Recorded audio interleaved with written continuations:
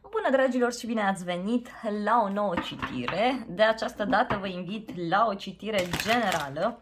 Dacă titlul vi se potrivește, înseamnă că sunt aici mesaje pentru dumneavoastră.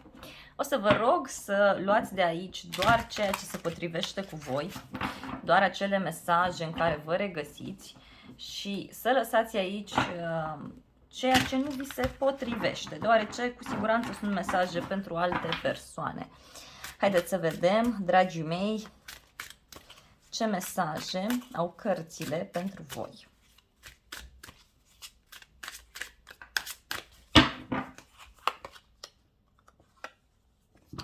Văd aici o surpriză neplăcută pe care ați avut-o sau pe care urmează să o aveți pentru unii dintre voi.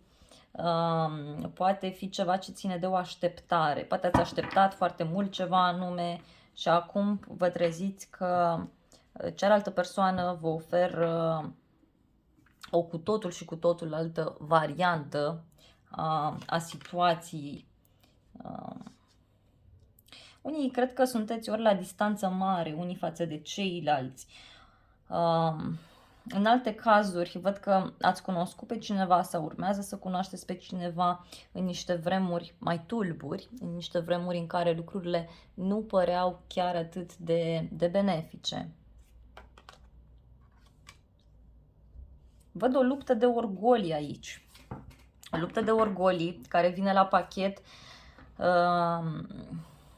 eu știu, și cu gelozie. Pentru unii poate să fie vorba de o pauză pe care ați luat-o în această relație. O pauză extrem de intensă. Poate fi o situație în care lucrurile s-au bazat foarte mult pe ideea aceasta de pasiune, de trăiri intense. Văd aici tot felul de acțiuni mai puțin plăcute. Cineva văd că totuși ori se distrează prea mult, ori e o persoană neserioasă aici care v-a pus într-o așteptare și care parcă v-a rupt toate speranțele, dragilor. Însă, ori această persoană vă spionează, e cu ochii pe voi, ori în alte cazuri voi sunteți cei care încercați totuși să aflați mai multe detalii despre această persoană. Simt aici că ceva s-a rupt între voi sau ceva nu a funcționat foarte bine într-o perioadă. Iar acum lucrurile tind să se deblocheze așa ușor, ușor. Cineva e cu ochii pe voi, dar parcă în niște vremuri tulburi, nu știu, are niște probleme această persoană. Acționează dintr-un anumit punct de vedere și nu vă ajută pe voi. Modul în care această persoană reacționează, ca să spun așa. Să știți că o să primiți o veste clarificatoare în următoarea perioadă. O veste total neașteptată, parcă în urma unei discuții aprinse, în urma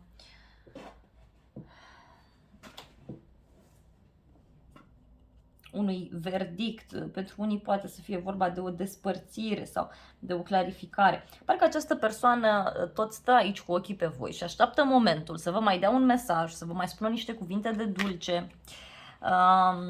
Cuvinte care țin de ideea aceasta de a vă reproșa cum că voi ați plecat, cum că voi ați reacționat dintr-un anumit punct de vedere.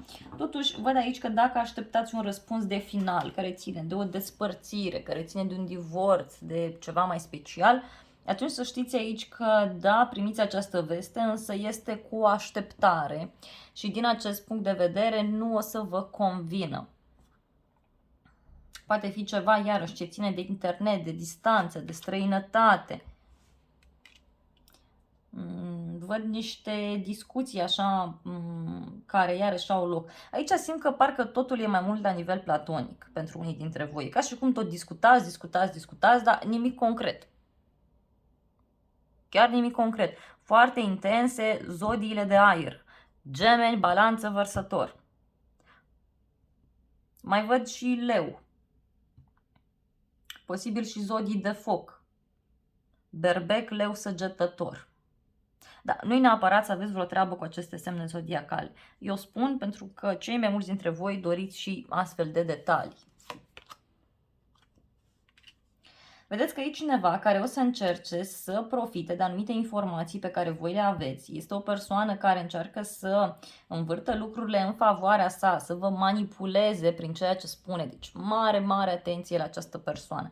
Pentru cei care sunteți singuri, vedeți că e cineva care o să apară în viața voastră și care o să încerce așa să vă ducă cu zăhărelul, cum s-ar spune. Încercați să fiți atenți, poate fi o persoană din trecut, e cineva care vine, vrea ceva de la voi, dar nu este o persoană serioasă, de nicio culoare. E o persoană care face tot felul de drumuri, care este în două relații în paralel, nu este cineva pe care să vă puteți baza, cum s-ar spune. E o persoană care vă poate dărma, știu eu, anumite prietenii sau vă poate face să fiți mai singuri, poate s-a întâmplat deja acest lucru.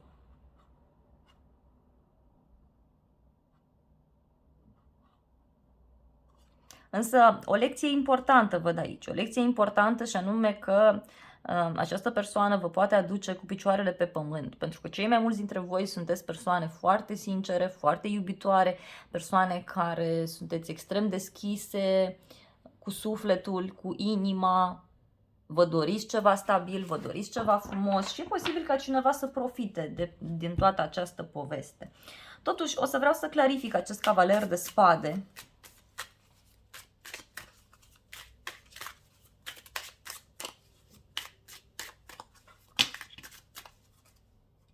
O sărit mai multe cărți, le luăm pe toate.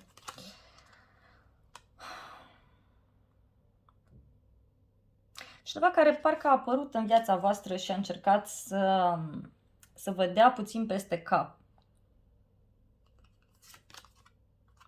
Totuși, așa cum vă spuneam, e vorba de o persoană destinată, o persoană care are un rol extrem de important în viața voastră și care poate a venit pe total neașteptate, după o lungă așteptare.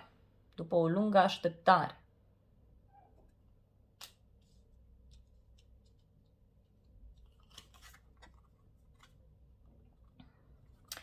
Și poate nu v-a spus că este într-un final, că este într-un divorț, sau poate nu v-a spus faptul că este într-o situație mai puțin plăcută. Da? Și văd că aici că au fost tot felul de vorbe, au fost tot felul de discuții din acest punct de vedere. O mare bucurie pe care poate ați avut-o sau ați avut senzația că ați trăit-o. Dar mai văd aici că aveți pe cineva care profită foarte mult de faptul că voi sunteți o persoană foarte respectată, de faptul că voi sunteți o persoană foarte bine văzută. Așa că încercați să fiți ușor atenți din acest punct de vedere. Vreau să vedem ce-i cu această luptă aici.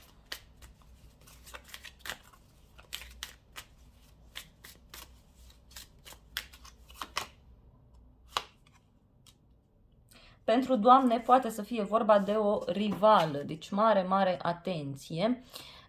Pentru domni, în schimb, văd o femeie căreia îi place foarte mult să-și trăiască viața, îi place foarte mult să comunice, să acționeze, este o persoană căreia îi place așa să aibă o dragoste cu năbădâi. Văd o persoană foarte puternică, poate foarte cunoscută. Cineva care poate se mai află într-o relație pentru domni, iar nu știu, pentru alții dintre voi văd totuși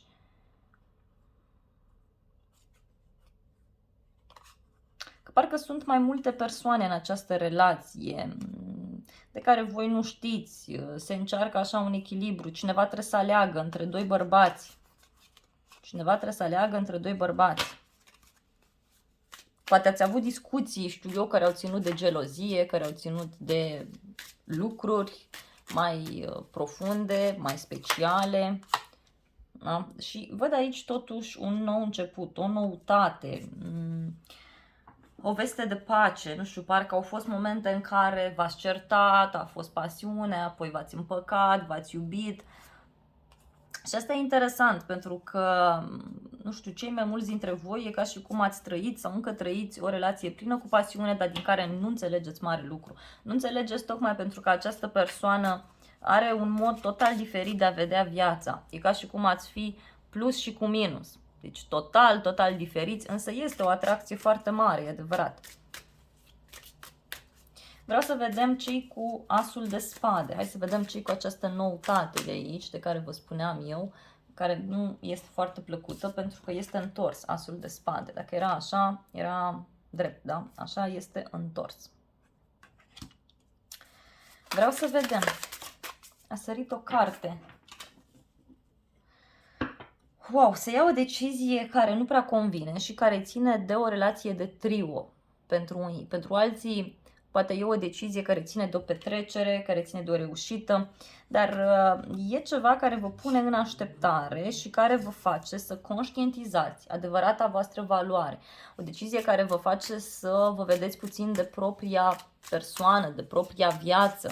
Și hai să vedem ce e cu lumea aici, totuși că mai aveți o arcană majoră. O sărit mai multe cărți, le voi lua pe toate. Eu cred că în sfârșit se dau cărțile pe față aici. În sfârșit lucrurile sunt într-un mod favorabil pentru un bărbat. Dacă sunteți bărbat e vorba de voi, dacă sunteți femeie e vorba de un bărbat. Nu știu, acum e vorba de o persoană foarte plină de viață, pozitivă, care știe să negocieze, care știe să-i convingă pe ceilalți și care să știți că este favorizat sau favorizată de această, de acest final, dar care este cu așteptare. Posibil ca această persoană să vă propună ori o căsătorie, ori să vă invite la o petrecere, ori să vă spună nu, că nu mă deranjează faptul că mergi la petrecerea respectivă sau că mergi la întâlnirea respectivă și de fapt să manifeste mai multă gelozie. Văd o răsturnare de situație și mai exact văd niște secrete pe care le aflați și care vă pot ajuta să vă eliberați din toată această poveste. Sunt niște secrete care au legătură cu un nou început, dar și cu o nouă persoană.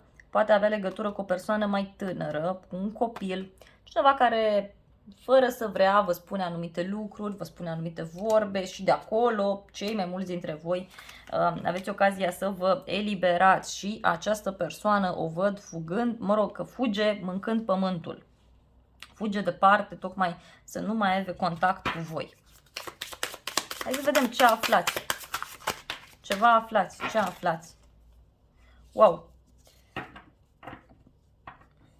Aflați ceva ce ține de un divorț, de niște acte, de o decizie extrem de importantă.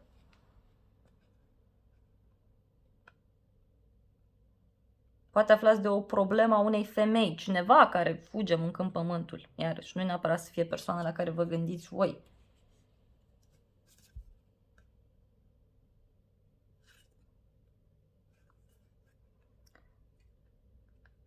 Dacă sunteți într-o situație incertă, să știți că lucrurile se rezolvă într-un mod frumos, favorabil, vă văd bucuroși aici. În schimb, veți afla multe secrete, veți afla niște informații care sunt benefice pentru voi și care vă pot ajuta să duceți situația în favoarea voastră.